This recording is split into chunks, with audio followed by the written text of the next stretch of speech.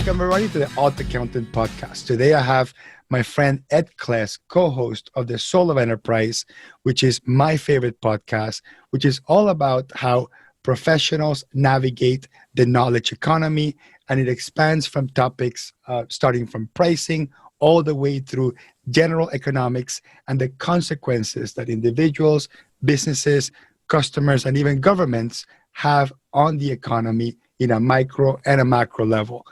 They talk about so many things. It's just an incredible podcast. I feel I've become Ed's friend through listening to the podcast. And Ed also works for Sage, which is a UK-based company that makes flagship enterprise mid-market software like Sage 100, Sage 300, and now the ever-growing list of cloud-based, web-based applications. So with that, Ed, welcome to the show.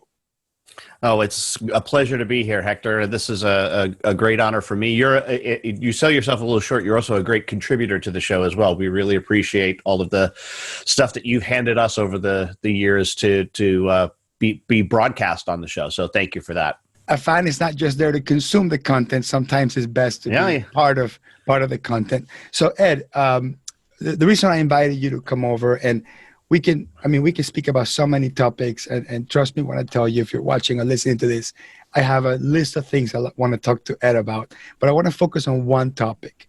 And for the people that are watching or listening to this 5 years from the recorded date, which is March 2020, we're going through a very interesting situation where the economy has almost gotten to a full stop, over the situation with coronavirus.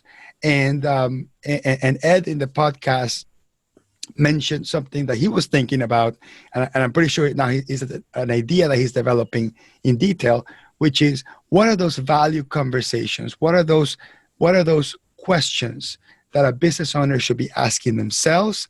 And what is the role of a consultant that likes to ask beautiful questions to the small business owners to get them think about their business differently? So Ed, let's talk about that. So let's just start by saying, what are those 5 questions that people should be asking themselves and consultants should be asking their customers? I'm gonna back up just a little bit, because it's something that you've said a little bit earlier today. It's so important. And we open our show every week with a quote from Ronald Reagan, who talks about the economy in mind. And the subtitle of our show is Business in the Knowledge Economy, as you put it earlier. And to understand that the economy is not just Wall Street. It's not just the perhaps $30 trillion or so that we can put our hands around and say that this is what the value is. The real value of the economy is in our minds. It's in our knowledge of what we can do. So I don't, while the financial economy has crawled to a standstill, I think what we still need to grow, and what we can continue to grow, even though we social distance with one another, is our knowledge. And the way that we grow our knowledge is through asking questions. And I've studied the notion of question asking for a long, long time. And this is a result of a conversation that I had with my mentor probably close to 30 years ago, where he said to me, Ed, great consultants aren't ones that have all of the great answers. They're ones that ask great questions. And that has stuck with me for a long, long time. And since that time, I've been thinking and reading books about and doing presentations on this notion of question asking. And I thought when this first thing was really started to hit the road, probably toward the end of last week, when schools were shutting down and all of this stuff, is like, what can I contribute here? And what I can contribute is thinking about questions that business owners can ask during this time. So this is what I came up with. And the first one is that, or we'll take them in turn. Maybe you want to talk about each one of them, Hector, as we go through, right? What opportunities to fix things about your business can you take advantage of during the interruption? So once you realize that, hey, we're probably going to survive. Look, I get that a lot of people right now, if you're watching this in the immediate term, I got to figure out what I need to do to survive this week.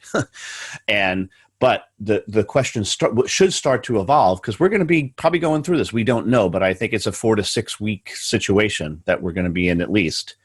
And you got to think about what are the things that you can fix now while things are slow. I mean, there's a joke, you probably heard it, that companies struggle with changing the engines out while the plane is still in flight. We have a unique opportunity right now for the engines have slowed us down. Now, hopefully we won't crash, but at least we're not going as fast as we normally are. So we have a unique opportunity now to perhaps fix some of the things that were going on now. And one of the things I like to mention to my colleagues, and I'm sure, Ed, you run into this as an educator as well, because I'm a practitioner and an educator. And sometimes I bring some of your ideas, some of Ron's ideas, some of my own, some of the collective wisdom of the people that I listen to, admire, and learn from, helping my colleagues, consultants, IT professionals, software advisors, accountants, help them implement something new, something big, something different, something as simple as, becoming a specialist or niching down, or learning a new software program, or learning how to do marketing, or, starting a podcast, starting a YouTube channel. All the things that I suggest to people that are good things for you to build for your business. The number one excuse is, who's got time for that? And I believe that the world has handed time on a platter to us for the next coming, hopefully a couple of weeks, as you say, and not months or years, that we have to, that we're going to recover for this. So now is a perfect time for you to think introspectively, right? Like, stop and ask yourself the big questions, the big philosophical questions that are probably going to be the ones that create some sort of change, or even fix or change the mindset, and eventually build the business that you want to build. Build a business that if you were starting from scratch, you could do, but you never could because the world was moving so fast. So that was the first question. Ed, what is the second question?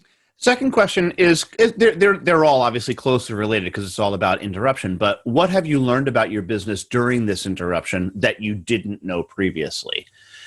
And because the things that you fix, that you have the opportunity, you may have known that, hey, those things were problems, clearly. But what also may have grown out of this situation is, I didn't realize that we had a problem with that. Right. So, and I'm not saying that you necessarily need to fix these things right now. There might be other opportunities, but you should start carving out a list of, hey, I also learned about my business that we've got this problem as well, or that we have this potential opportunity, which we'll get to in the next couple of questions. And it reminds me of a quote, and I'm going to completely butcher this, and you probably know what the right thing is, but is that there's no mistakes. The only mistake is not learning from your mistakes. Sure. Yeah, and of course, what we're going through right now is necessarily not a mistake. But if you're scrambling to transition to working from home, if you're scrambling to having redundant systems, if you're scrambling to being able to work in a different way, and you get completely blindsided by this, then one of the mistakes you made is not being prepared. Mm-hmm. I mean, being prepared is part of the diligence of being a professional and a business owner, I think. What's the third question? Third is right in line with that, is if you could have done something before the interruption, what would it have been? Right. So that's slightly different from the second question, but there may be something that, as you point out, that you learned, we weren't as resilient as we thought we were, or as adaptive. And I think this gets to some of the things that I talk about when I just talk about business strategy in general. A lot of people misquote Darwin, and they say, Darwin talked about survival of the fittest, which is very apropos as we're thinking here about a virus that's moving through our society, a virus that's literally gone viral, right? And what Darwin didn't say survival of the fittest. Darwin said survival of the most adaptable. And I think that that's what we're going to be seeing in the coming weeks as months, is the businesses and even the human beings that are most adaptable to the situation will come out of this stronger. And that's one of the things that we learned from Nassim Taleb, in his book Anti-Fragile, is that there are certain systems that, when stressed, actually get better and improve. And the human system the human body is one of those systems. When you stress the human body, for example, when you lift weights or when you do more exercise, it builds up muscle. Now, not in all cases, too much stress can cause death. So that's obviously the challenge. But business and the free market capitalism, or what I like to call the unencumbered price system, is one of those things that gets stronger after a stress. So I believe truly in my heart that we are going to emerge with stronger systems as a result of this in the long run. And the way that we'll do that is by asking this question about, if we could have done something before, what would it have been? And we'll put some of those things in place. And again, it's not about hindsight, right? It's about look, hopefully this doesn't happen, but again, you probably can't stop it. We'll recover from this 10 years from now. There will be some other weird disaster that we're going to have to pull back on and reinvent ourselves. Hopefully not in a lifetime, but if it happens again, that's the question. It's not, predicting what the next disaster is going to be, what the next recession is going to be, how you're going to deal with it. Is what is your contingency plan, right? Are you saving? Do you have systems to work from home? Do you have maybe alternative sources of income? Do you have, even the whole concept of niching and specializing both breaks during the situations, but also completely accentuates, because right now is the really true specialists will still be needed to solve very specific problems.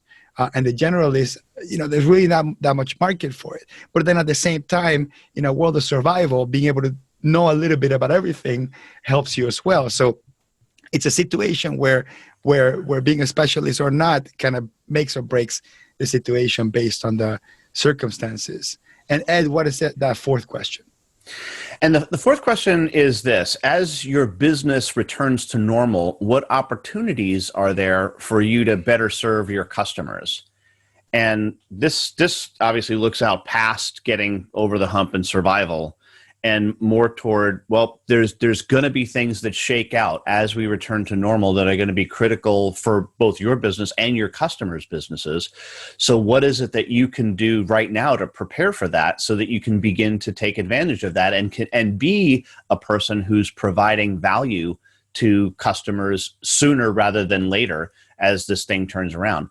There's a saying about the military, where what they tend to do is they tend to prepare for the last war.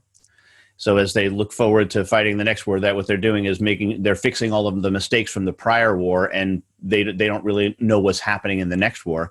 And to a certain extent, what this question is intended to do, unlike the other three, is make sure that we're projecting forward a little bit.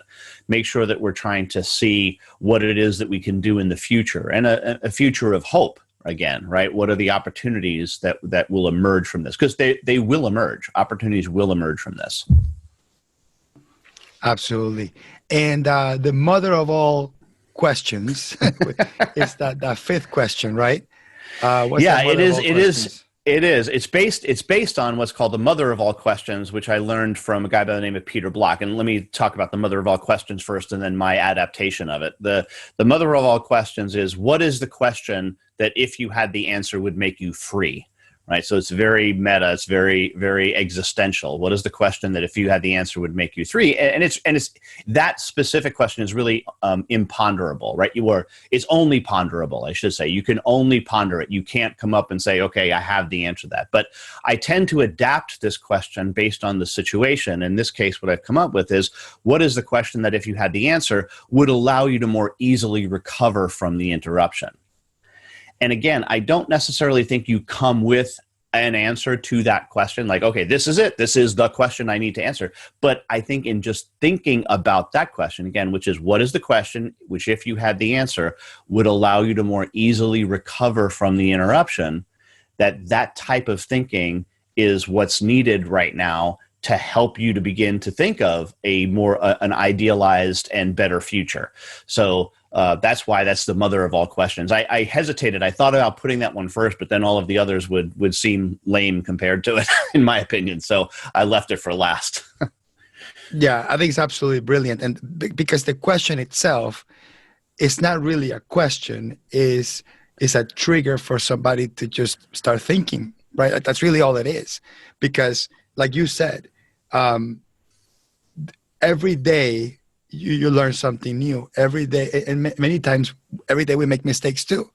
So essentially what you're saying is, if we could look 10 minutes a day, 2 days into the future and proactively know what's the mistake we're going to make, that would have been that question, right? That would have been the question that if I knew the answer for, I would have avoided that specific mistake. So we will always, at all times, have this question. But I think the brilliance of this question, especially if it's a consultant asking this, not so much, because I think the first 4 are great questions that you can label as questions to ask yourself.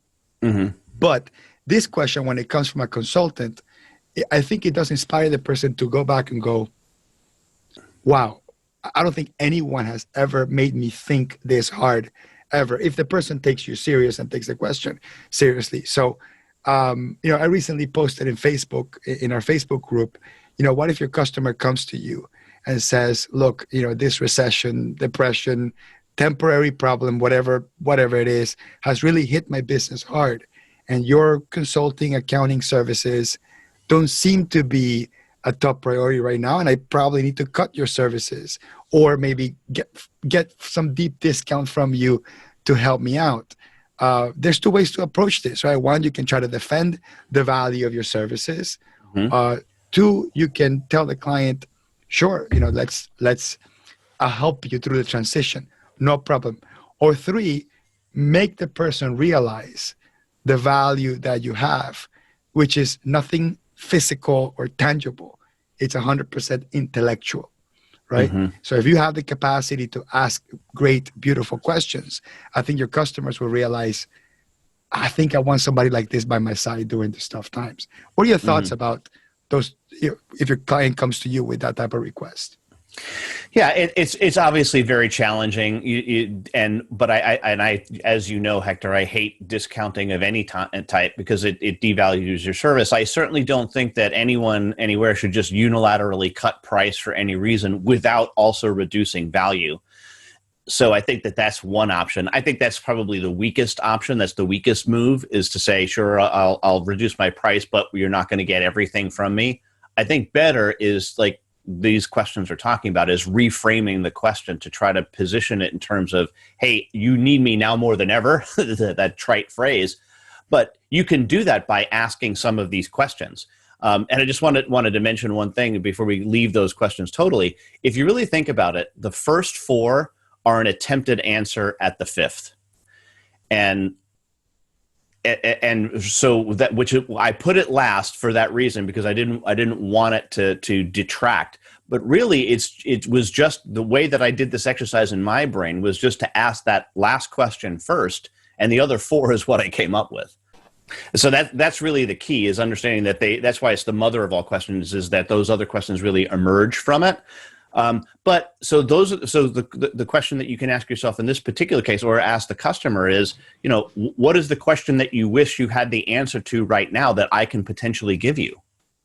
And then all of a sudden now they're thinking about, oh, I didn't think about it from that perspective. And you're the one, again, who's providing that value by adding that deep insight about helping them to think. Right. And the last thing I'll mention, and you touched on it briefly, but I think it's an important one. I said that the financial capital isn't the sum total of the world, and it's really this intellectual capital. Well, the other part of intellectual capital, or form of capital that is critically important here, is social capital. And your grandmother said it this way: it's not what you know, it's who you know. And who you know can be of value. Your network can be of value to any of your customers, especially during these challenging times. So don't sell that aspect of it short either. And that's yet another way to position it. Absolutely. And I want to just kind of make full circle on the theme of your show, which is the soul of enterprise, knowledge business in a knowledge economy, the fact that the economy and wealth is really in our minds, in our knowledge, and the fact that our knowledge pretty much is what builds and destroys the economy. This invisible enemy that we're fighting, right, the virus, has brought down the economy because of knowledge, right? It's because we know how potentially devastating it could be, or at least we assume how potentially devastating it could be. There's nothing physical that has stopped the cogs of the economy. Nothing, no commodity, no physical barrier. It's human beings talking to each other in a social setting, sharing information, and making the collective decision that for whatever reason, it is better to temporarily depress the economy and stop people from moving around and transmitting this thing and having people work from home than continuing the economy. And whether you and I agree or disagree on whether this is the right move or not, because for whatever reason, there's also politics behind this, and there's also political gains from making specific decisions or not. And this is the situation that we live on right now. But is the collective wisdom of Earth, I guess, that this is a better move than the alternative, which is doing nothing and just letting it happen. But let's wrap up to talk a little bit about toilet paper. And I think toilet paper is a great. Let's talk. Give us an economic lesson on toilet paper, supply side economics, and maybe why giving money to everybody to spend in a circumstance where we really can't spend it, it doesn't work. Give us a 5-minute lesson on supply side economics. Oh, wow. Okay. 5 minutes on supply side economics. Okay. Look, let me start it by this way. It's been proposed. I don't know if it's been passed. I haven't looked at the news fully this morning, that a certain amount of money is going to be given to every American adult, $500, $1,000, whatever it is. And that this is going to stimulate the economy. And they said, and the quote I saw yesterday is, we're going to move sooner rather than later. And my point that I was talking about with Ron about this was, well, wait a minute, isn't the problem isn't that people don't have money right now, it's that they don't have money in the future. So sooner rather than later isn't going to help. But also, our problem is not demand, a lack of demand. Usually Keynesian economics talks about stimulating the aggregate demand. The demand is still there. Our demand hasn't changed from 2 or 3 weeks ago. That has not changed at all. What's changed is the supply, right? So the supply, we can't supply the toilet paper as quickly as we once did. And I'm sure that there's going to be plenty of toilet paper in the stores relatively shortly. And I don't know how far down the rabbit hole we want to go, but this is one of the reasons why I believe in the free and unencumbered price system, is that we would have to allow prices to really adjust. And if only we had allowed the prices to go up of toilet paper, we would not have seen the run that we saw. Of course, in I think 36 states, you can't have that because it's illegal to increase the price of anything by more than 10% without being considered gouging. And it's a very complicated thing, but the nut of it is that as hard as this is to understand, it's supply that creates demand. Right, it's supply that allows us to do this, and toilet paper is a great example. And I just watched this last night on this YouTube channel called The History Guy. That was the history of toilet paper. Right? Toilet paper is, for the most part, less than 100 years old. Far as I know, I mean, even if you're only going with the species emerging 7 days, out of 6 days and a day of rest, right? That's still 6,000 years. So for 5,900 years, and I think it's longer than that, but we didn't have toilet paper. Well, now all of a sudden it's become the most important thing that we can possibly do. I mean, there are so many different possible substitutes. It's not even funny. In fact, this guy was talking about how toilet paper was originally considered a luxury and rejected. Was rejected by those. It wasn't considered as cleanly as the other means. So interesting stuff. But it's the supply of the toilet paper, the creation of it, that ultimately creates the demand for it. And it's hard to understand because we normally see it the other way. But that's what really the economy in mind is about. This notion that knowledge is what creates new stuff and then creates demand down the line. And you hinted at this. The pricing system of the free market, the pricing system, which is really information, right? Isn't pricing information? How would that help us? Sure. And price is not only an incentive system. And this is the other side of this. The economy is not only an incentive system, but it's an information system. And by that, I mean, is if prices are allowed to fluctuate, say that toilet paper was allowed to double or even triple in price, that would send a signal down the line to the folks at, Cottonelle or Charmin to bring a second or third production crew in, right? And they can social distance in the factory, right? And supply more, and it would create that, because the price would go up, that would send the signal all the way on down the line to, hey, you need to bring more workers in to resupply the toilet paper. And of course, this allows them to pay their workers because, and this is another lesson I know that you and I have talked about a number of times, but price justifies the future expenditure of cost. It's not the other way around. And that's why allowing prices to fluctuate is so critical to the economy right now. And any attempt to interrupt that, I think, is just making this situation worse. Absolutely. So as I mentioned before, I could spend hours and hours asking Ed questions and talking to Ed, but wanted to focus on these things. Ed, thank you so much. How can people learn more about what you do and what you write about? Probably, best place is thesoulofenterprise.com, where you can see our previous shows that we've done, all available for free. If you are so interested and want the as Hector is, the bonus episodes and the episodes without commercial interruption, we do have a Patreon site, patreon.com/TSOE. And I'm on the speaking circuit. I'm sure that there's going to be some future events at some point. So wherever Sage is, I usually come and am in the booth. So come stop by and say hello, or come to one of my sessions. And I'm sure I'm probably going to develop a session out of these questions. So that's just the way that I work. So I look to see all of you in the future at some future event. So thanks for having me on, Hector. I really appreciate it. Yeah, no problem. Thank you. And Hector is a founding member of That's the Patreon, right. of the paid Patreon members of the Soul of Enterprise. And as a matter of fact, just quick fun fact is Ed first mentioned these first 5 questions in one of the bonus episodes that only the paid members have access to. And I told him immediately, the minute it came out, I said, this needs to come out to the world, because I think it's really important for consultants to also a little bit play the role of not the consoler, but the one that brings some sanity into the small business owners. And I think asking them good questions or getting them to think a little bit or take advantage, like I said, the entire theme of what Ed is talking about is not about asking questions, really.